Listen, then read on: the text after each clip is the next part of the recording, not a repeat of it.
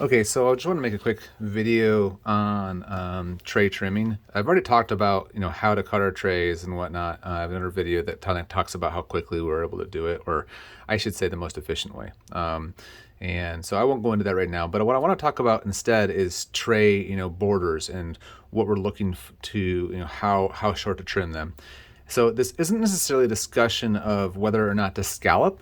It's you can have your own opinions on that. But there is an important thing. So some companies will scallop; they'll stay right on the teeth, and you'll think, is that better or worse? And we don't. We put a straight line. Again, this isn't. I don't want to spend a lot of time explaining why. I will say that some of the studies show that it's the straight line is going to be more rigid, less flexible in a good way, maybe a little bit of tracking. But there's one of the things is some softwares, what they do is they segment out the teeth and then they completely eliminate all the tissue, and then they built in simulated tissue, animated tissue. Now the thing about that is well, you can't extend your trays onto that because it's not going to fit the same way. So you really have to scallop those trays on the teeth. And as you can imagine, on these really short teeth, that can be problematic. So then you might have to place attachments, or good luck even getting attachments on these short teeth. So that can be annoying.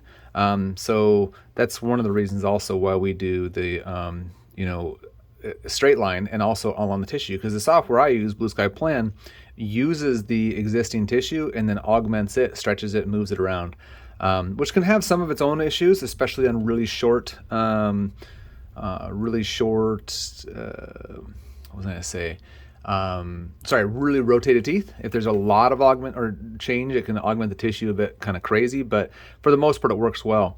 But so we still have to consider, okay, so how long do we want to trim them? And I usually aim for about 1 millimeter. But we ran into an issue today. This was actually on one of my hygienists, and we placed the attachments, inserted the trays, and I could tell that it just wasn't quite seating in the lower. The lower one wasn't quite seating all the way. And she mentioned that, hey, back here it's hurting. And I went and looked at her tray, and I noticed that, wow, when we scanned this, we probably didn't get much of the lingual tissue because I actually had to place my line, my trim line, really close to this premolar. And so I thought, I'll bet the tray has got a couple millimeters beyond it, and it's setting right down this vertical component, which is not the way her mouth is. And I looked at her mouth, and yeah, sure enough, it's gouging her. So let's just take a look at how this tray fits on here, and you can see that it's extending way down there. That is not going to work. That is going to cut your patient. They're going to complain and wonder, and they might not tell you. Julie, in this case, she told me right away, which was great. I mean, I hate that we kind of cut her up a little bit by trying to get it in, but that'll heal within a day or two, and we were able to adjust it now rather than waiting. And so I was able to look at all the trays and adjust them accordingly. So, okay, yeah, you might think, well, great, that's easy. Just go ahead and trim this back, and that is easy. But how do you know in the get-go? Well, you might not have to do this, but here's a little trick you can use. And this is going to be kind of hard because I'm looking past, I'm using my phone to record and trying to look past it while drawing this.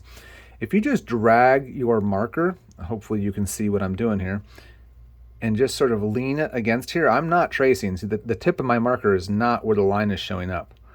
I'm just trying to figure out where the transition is, where it goes vertical.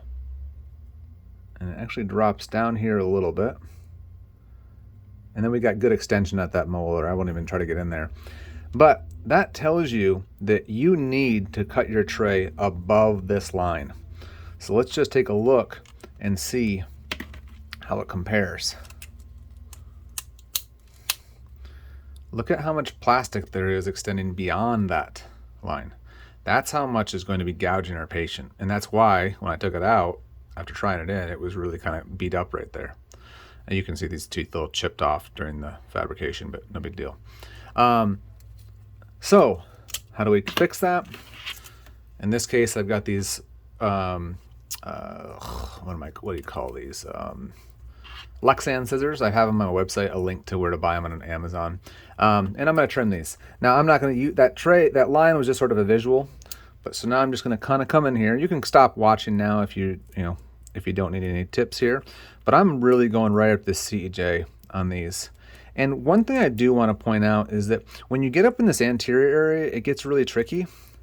Just remember, these trays are meant to flex and bend, especially higher quality materials. This is Endura FLX. It will bend and you're not going to harm it. It'll straighten back out when you let go of it, when it rebounds. So just bend the heck out of the tray so you can get a nice clean cut. Otherwise you end up all kind of notched and gouged in there. Where's my camera? There it is. So you can see this needs very little polishing. There's that one little hair looking thing there.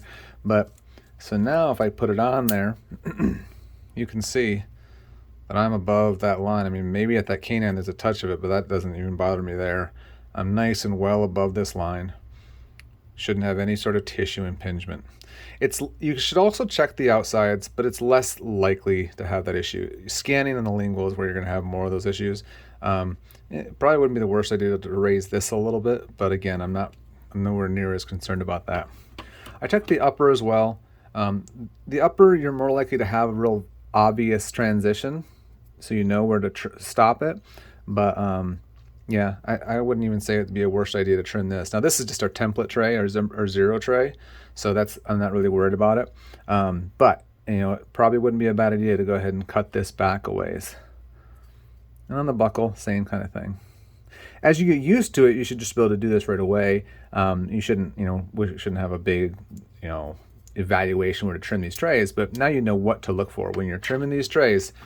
Just make sure, and if you want to check it, again, the line, that can help. So anyway, I hope this video was helpful. Make sure to, leave a comment if you have any questions.